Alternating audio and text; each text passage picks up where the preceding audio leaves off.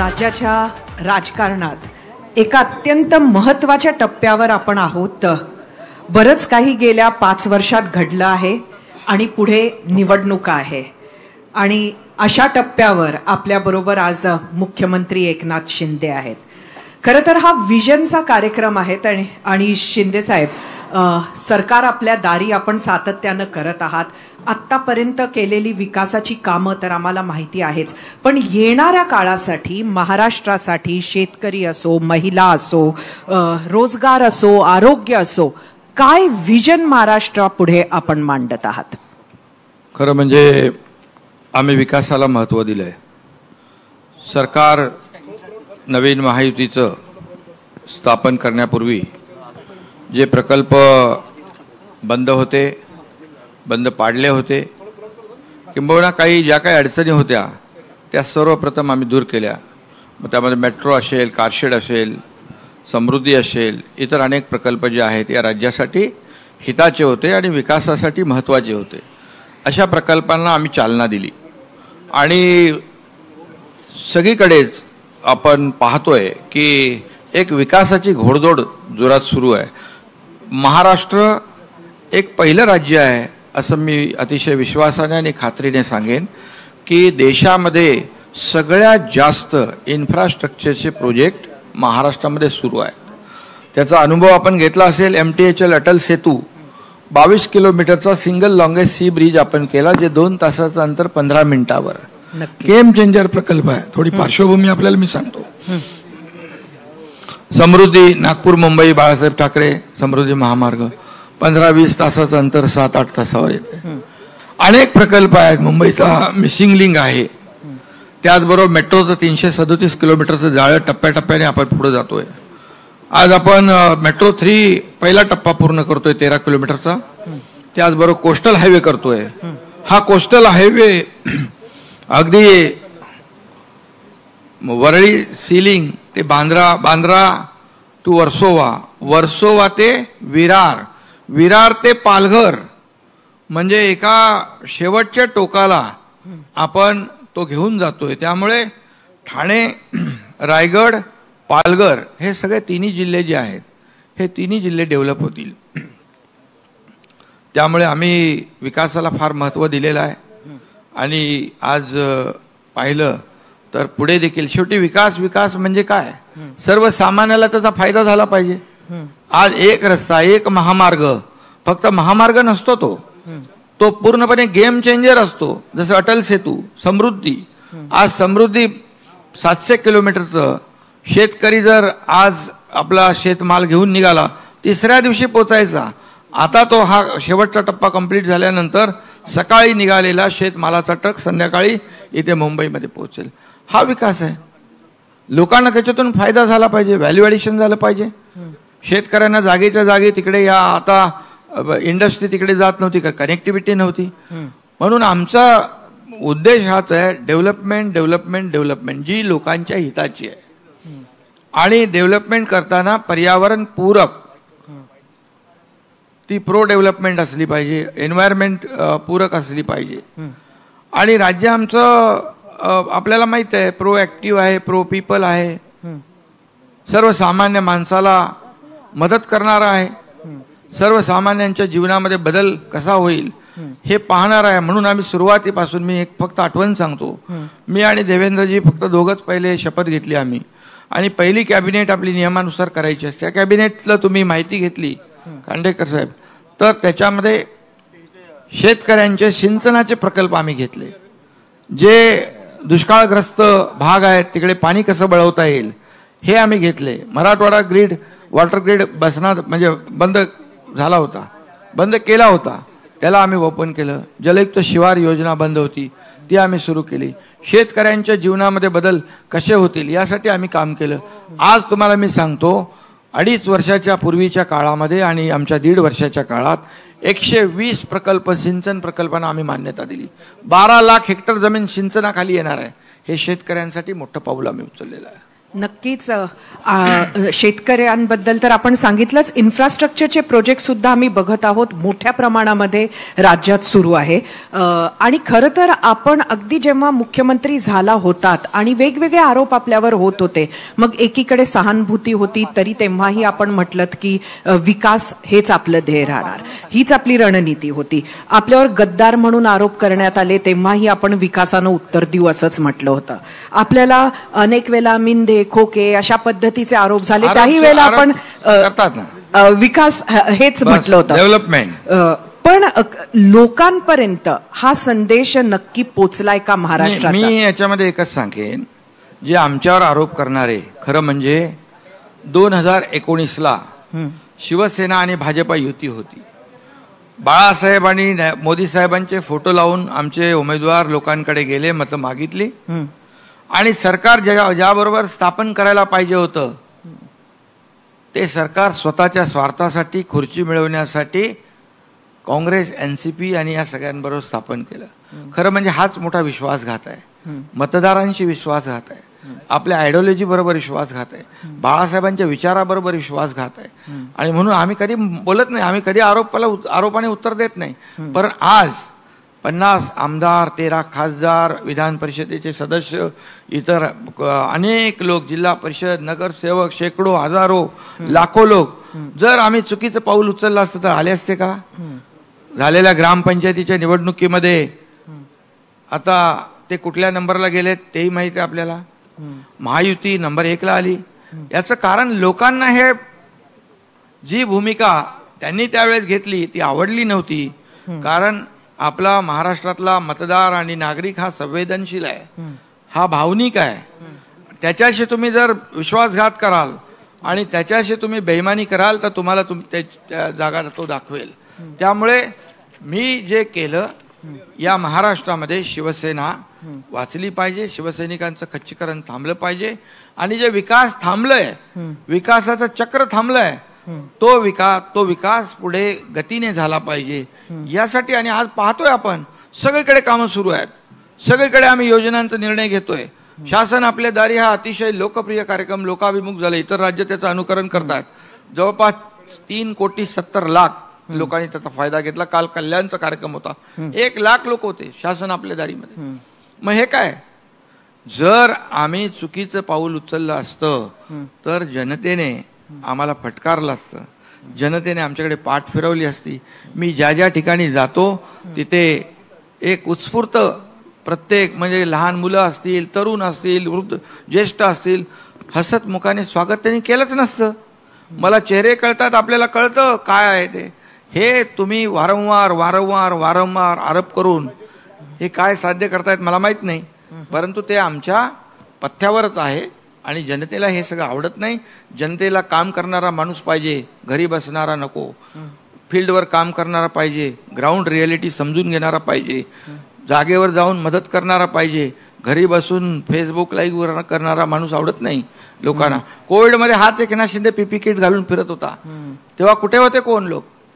स्वतःच्या जीवाची पर्वा मी केली नाही, पण दुसऱ्याच्या जीवाची पर्वा मी केली. नक्कीच हे कोणीच नाकारणार नाही शिंदेसाहेब.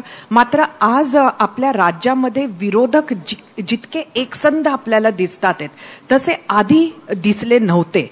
आणि आता जशा जशा निवडणुका जवळ येत आहेत तेव्हा तसं काय काय होतंय आपण सुद्धा बघत आहात. कुठंतरी एकीकडे आपण विकासाची गाडी चालवत आहात, मात्र तो विकास खरंच जनतेपुढे पोहोचवताना या विरोधकांचा एकसंध असण्यानं आपल्याला त्रास होतो. कुठले एकसंध?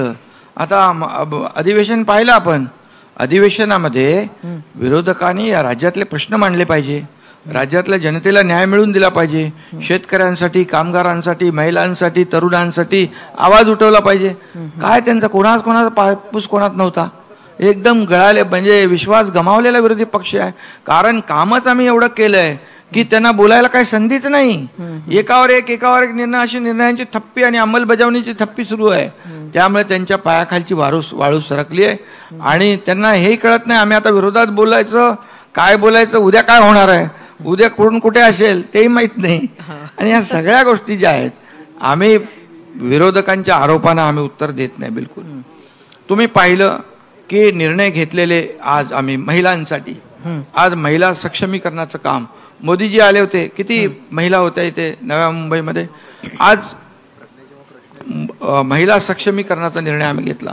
लेक लाडकी लखपतीचा निर्णय घेतला आम्ही. मुलीचा जन्म झाल्यानंतर 18 पर्यंत 1 लाख रुपये त्या मुलीच्या खात्यामध्ये जमा होतील.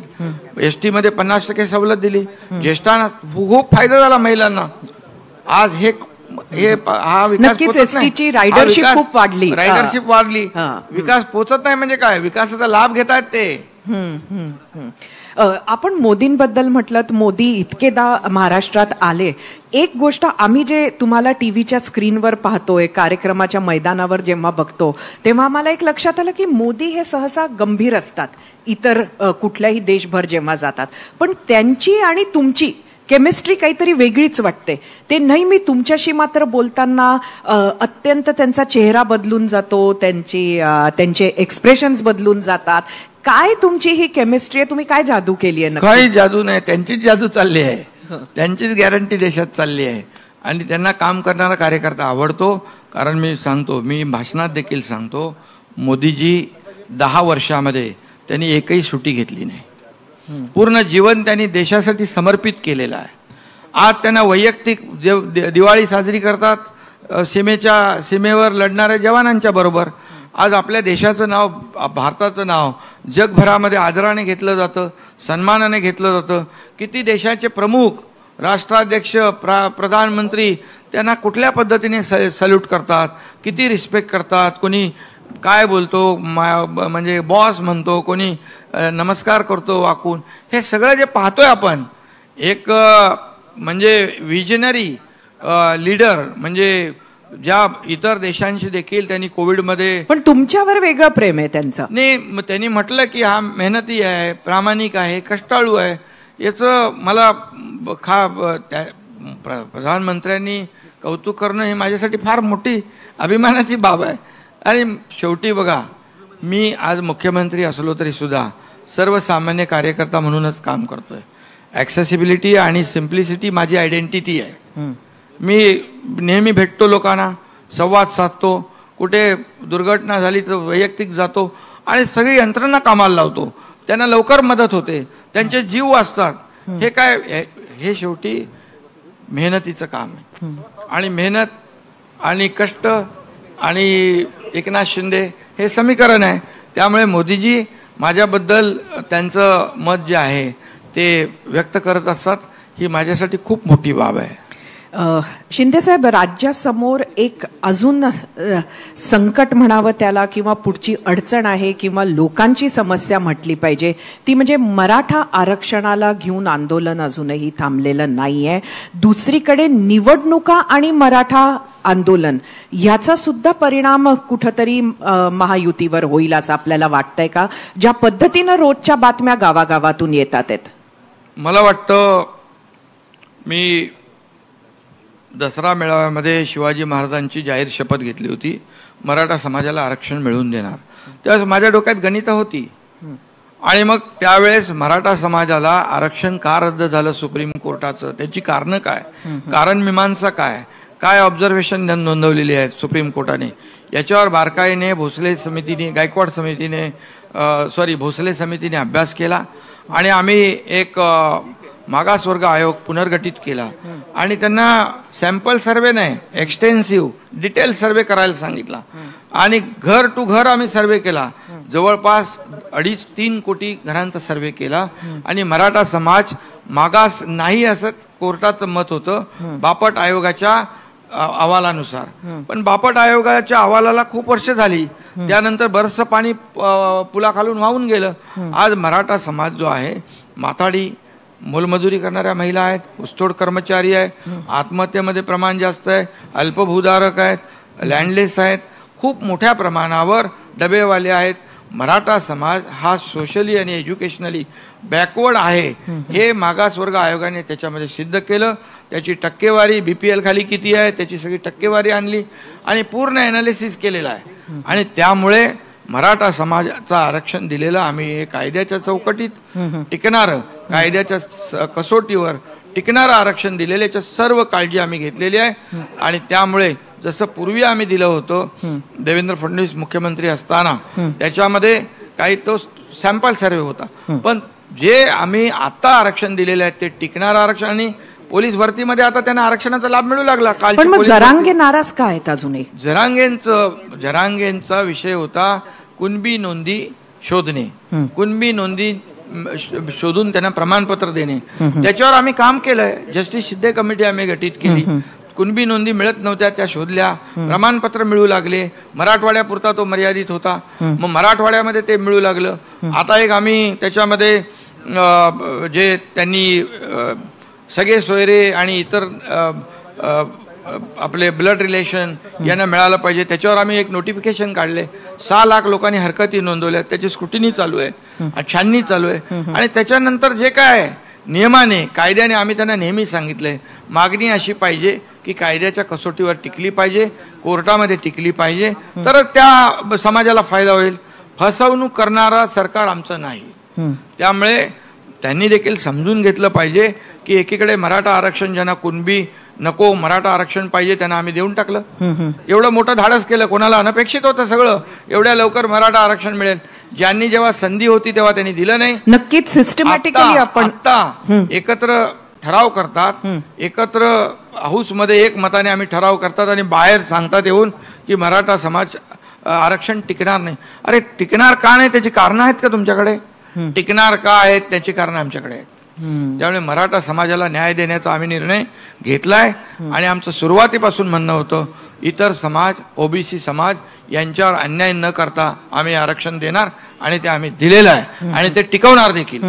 आपल्या सरकारमधल्या अनेक मंत्र्यांनी, अनेक नेत्यांनी इतक्यात हेच म्हटलंय की मनोज जरांगे यांचं बोलविता धनी कोणीतरी दुसरा आहे. तुमचं स्वतःचंही मत तसंच आहे का? नाही, मी त्याच्यावर आता जाऊ इच्छित नाही. मला कुठलंही राजकारण करायचं नाही याच्यावर. एक त्यांनी प्रामाणिकपणे आंदोलन सुरू केलं, लोकही सोबत त्यांच्या आली आणि मराठा समाजाला सरकारने देखील आरक्षण दिलं. आपल्याला मी एवढंच सांगतो, आमचं सरकार पायाभूत सुविधा, विकास, शिक्षण, आरोग्य आणि रोजगार याच्यावर काम करतंय. हे 4-5 घटक सगळ्यात महत्वाचे आहेत. याच्यामध्ये आमूलाग्र आम्ही बदल करतोय. शिक्षणामध्ये देखील अपग्रेडेशन करतोय, मॉडेल स्कूल करतोय, मुख्यमंत्री माझी शाळा सुंदर शाळा हे अभियान आम्ही राबवतोय. त्याचबरोबर आरोग्यामध्ये 1.5 लाखाचे 5 लाख रुपये आम्ही महात्मा ज्योतिराव फुले योजना केली. प्राथमिक आरोग्य केंद्राचं अपग्रेडेशन आम्ही करतोय. आणि त्याचबरोबर युवा भरती बंद होती, आमच्या सरकारने 75,000ची भरती सुरू केली. आता ती 1.5 लाखाच्या भरती केली. स्किल डेव्हलपमेंट स्टार्टअपच्या माध्यमातून रोजगार मेळावे रोज चालू आहेत. त्याच्यामधून देखील लाखो लोकांना त्याचा फायदा होईल. जवळपास 2 वर्षामध्ये एकदा 1,37,000 आणि एकदा 3,73,000 यावर्षी दावोसमध्ये आपले MOUs झाले, करारनामे झाले आणि ते उद्योग इकडे येत आहेत आणि त्यामुळे देखील लाखो लोकांना रोजगार मिळेल. आता जगभरामध्ये महाराष्ट्र हे इंडस्ट्री फ्रेंडली स्टेट आहे अशा प्रकारची त्यांची भावना आहे. कारण आपल्याकडे चांगलं पोटेन्शियल आहे, इन्फ्रास्ट्रक्चर आहे, चांगली कनेक्टिव्हिटी आहे, स्किल मॅनपॉवर आहे आणि लॉ अँड ऑर्डर चांगली आहे. त्यामुळे लोक मोठ्या प्रमाणावर आपल्याकडे येतात. उद्योगामध्ये आपण FDI मध्ये पहिला नंबर आहोत. पहिला आपण 3ऱ्यावर गेलो. FDI मध्ये पहिल्या, GDP मध्ये आपण पुढे आहोत. महाराष्ट्र हे देशाचं ग्रोथ इंजिन आहे आणि हे डबल इंजिनचं सरकार मोदीजी नेहमी आम्हाला सपोर्ट करतायत. प्रत्येक रेल्वेचे प्रकल्प असतील, रस्त्याचे प्रकल्प असतील, पायाभूत सुविधा आहेत, याच्यामध्ये केंद्र आणि राज्य मिळून काम करतंय. डबल इंजिन सरकारचा डबल फायदा आमच्या जनतेला झाला पाहिजे एवढीच आमची भावना आहे. मला काय मिळालं यापेक्षा महाराष्ट्रातल्या जनतेला मी काय देणार आहे, मी काय दिलं याच्यावर मला विश्वास आहे. खरं तर माझे शेवटचे 2 प्रश्न आहेत, पण तुम्ही म्हटलं तर एकच विचारते. आता एक सातत्यानं तुम्हाला आदित्य ठाकरे चॅलेंज करतात. तुम्ही वरळीत या किंवा ते ठाण्यात येतील. काल श्रीकांत शिंदेंना सुद्धा त्यांनी. आता कसं आहे, आता श्रीकांत शिंदे आणि ते बोलतात त्याच्यावर. खरं म्हणजे मला खूप मोठं महाराष्ट्राचं काम आहे. एकच मतदारसंघ माझ्यासाठी महत्वाचा नाहीये. आणि लोक ठरवतील ना येणाऱ्या काळामध्ये निवडणुकीमध्ये कोण कुठे उभा राहतो आणि कोण कुठे जिंकून येतो. त्यामुळे मला त्याच्यावर भाष्य करणं योग्य वाटत नाही, उचित वाटत नाही. त्याच्यात वेळ मला वाया घालवायची इच्छा नाहीये. आपले खूप खूप धन्यवाद. अत्यंत कमी वेळ असताना सुद्धा आपण आलात आणि आमच्या व्हिजन मध्ये सहभागी. माझा खांडेकर साहेब, माझा विजन आणि माझं विजन, माझा महाराष्ट्र माझं विजन, आपला महाराष्ट्र आपलं विजन, आपलं मिळून आपण करूया. सगळे आपण एकत्र त्याच्यामध्ये काम करूया आणि आपल्या महाराष्ट्राला देशात नंबर 1 बनवूया. आणि आपल्या महाराष्ट्रातल्या प्रत्येक जनतेच्या जीवनामध्ये चांगले दिवस, सुखाचे, समाधानाचे, आनंदाचे कसे येतील यासाठी आपण प्रयत्न करूया. तो काही सूचना असतील तर नक्की आम्हाला सांगत जा. आमचं काम चांगलं असेल तेही दाखवत जा. एवढीच विनंती. धन्यवाद. आपला खूप खूप आभारी आहे. गेल्या 5 वर्षात खरं तर राजकारणाची चर्चा खूप झाली, खूप राजकारण झालं. लोकांना आता विकास कधी दाराशी येतो याची अपेक्षा आहे. आमचं विजनच आहे डेव्हलपमेंट, विकास, सर्व दूर शेवटच्या घटकापर्यंत विकास पोचला पाहिजे, त्याचा लाभ मिळाला पाहिजे. तुम्ही म्हणता तसं you are not chief minister, you are common man as a CM. त्याच्यामुळे तुम्हाला जाणीव आहे असं आम्ही समजतो. मी नेहमी सांगतो सीएम म्हणजे चीफ मिनिस्टर तर आहेच, पण माझ्या मते सीएम म्हणजे कॉमन मॅन. जेव्हा डोक्यात आपल्या कॉमन मॅन असतो तेव्हा कॉमन मॅनसाठी आपण काम करू शकतो. धन्यवाद. आपल्या विचारांबद्दल, वेळेबद्दल आभार. मी मिस्टर प्रवीण बढेकर यांना आमंत्रित करते, मॅनेजिंग डायरेक्टर बढेकर ग्रुप, आणि Rajiv Khandekar, chief editor ABP Majha, मुख्यमंत्र्यांचा सत्कार करण्यासाठी.